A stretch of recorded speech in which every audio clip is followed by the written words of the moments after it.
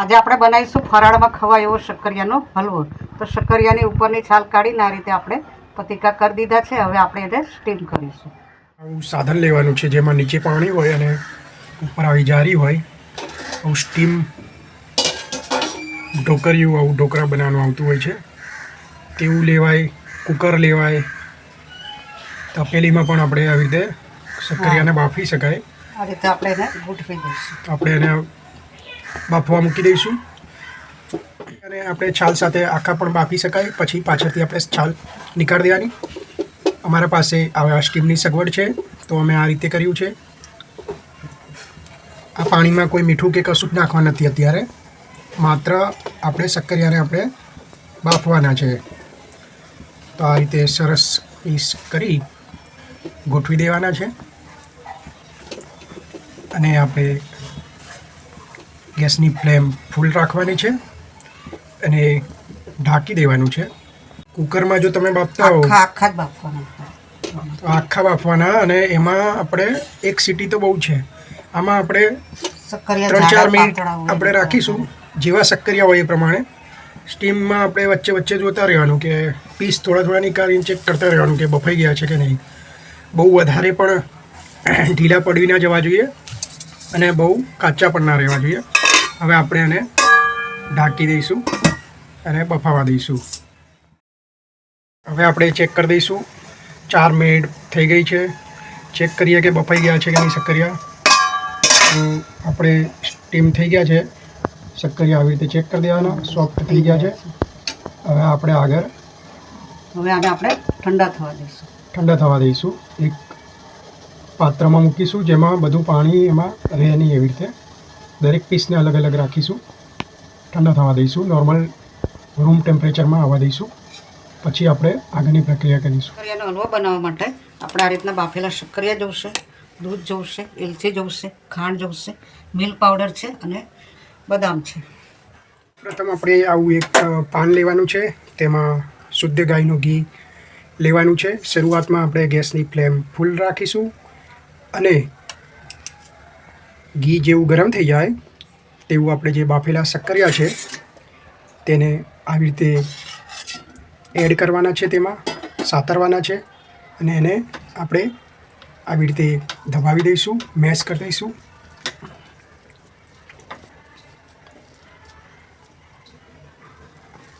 શક્કરિયા જેટલા છે તેને બરાબર સાતરવાના છે. આ રીતે ઘીનું પ્રમાણ મીડિયમ જેટલા શક્કરિયા હોય એના પ્રમાણમાં જ લેવાનું છે.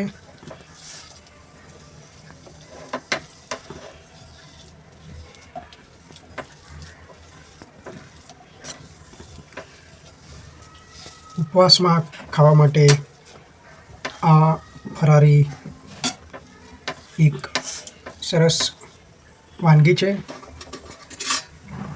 આ વાનગી વિસરાતી વાનગીમાંની એક વાનગી છે.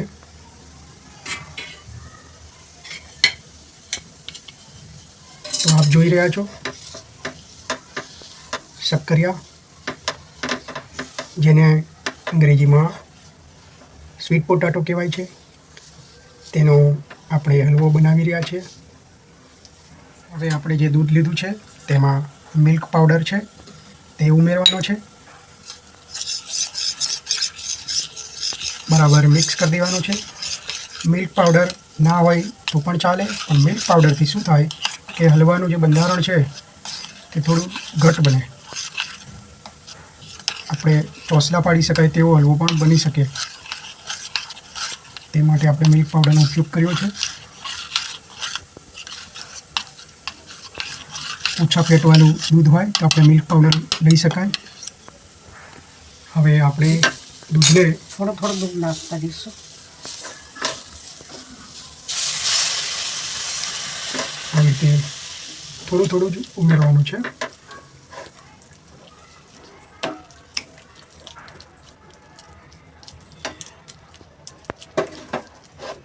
આ રીતે મિક્સ કરતા રહેવાનું છે. દૂધની સાથે સતરાઈ ગયેલા જે શક્કરિયા છે તેને આપણે જરૂર પ્રમાણે ખાંડ નાખીશું. આપણે 2 ચમચી જેવી ખાંડ નાખીશું.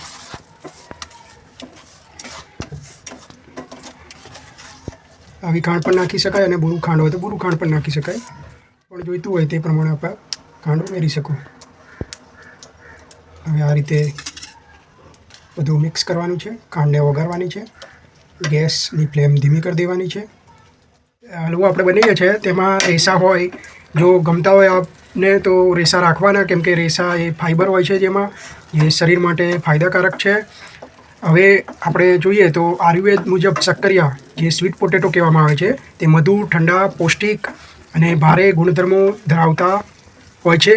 આ કંદમૂળ વાત પિત્ત દોષને શાંત કરે છે, શારીરિક બળ વધારનાર છે, આંખો માટે પણ ફાયદાકારક છે, ફાઇબરથી ભરપૂર છે અને રોગ પ્રતિકારક શક્તિમાં વધારો કરનાર શિયાળાની ઋતુનું સુપરફૂડ કહેવાય છે.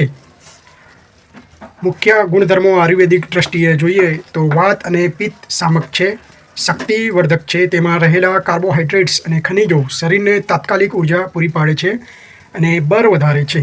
આંખો અને ત્વચા માટે સારું છે, કારણ કે તેમાં કેરોટીન વિટામિન એથી ભરપૂર છે. એ ભરપૂર હોવાથી દ્રષ્ટિ સુધારે છે અને ત્વચાને ચમકદાર બનાવવામાં મદદરૂપ થાય છે. પાચનમાં પણ મદદરૂપ છે, કારણ કે તેમાં ફાઇબર છે, કબજિયાતને દૂર કરે છે, રોગ પ્રતિકારક શક્તિ, ઇમ્યુનિટીમાં વધારો કરે છે. ઇમ્યુનિટી બૂસ્ટર કહેવામાં આવે છે, કેમ કે તેમાં વિટામિન સી અને એન્ટીઓક્સિડન્ટ હોય છે ભરપૂર માત્રામાં. હૃદય અને બીપી માટે પણ સારું છે, કારણ કે તેમાં પોટેશિયમ હોવાથી તે બ્લડ પ્રેશરને નિયંત્રણમાં રાખે છે. કાર્બોહાઈડ્રેટ વધુ હોવાથી ડાયાબિટીસના દર્દીઓ એ મર્યાદિત માત્રામાં ખાવું જોઈએ. કિડની સ્ટોનની જેને સમસ્યા હોય તેમને આનું સેવન ટાળવું જોઈએ અને ડૉક્ટરની સલાહ મુજબ જ શક્કરિયા ખાવા જોઈએ. વધુ પડતું સેવન કરો તો ગેસ અને પેટમાં દુખાવો પણ થઈ શકે છે. એટલે આ રીતે ફાયદાકારક છે અને ઘણી બાબતમાં વધુ પડતું લેવાથી નુકસાનકારક પણ છે. તો આપણો આ જે હલવો છે શક્કરિયાનો તે લગભગ બની ગયો છે.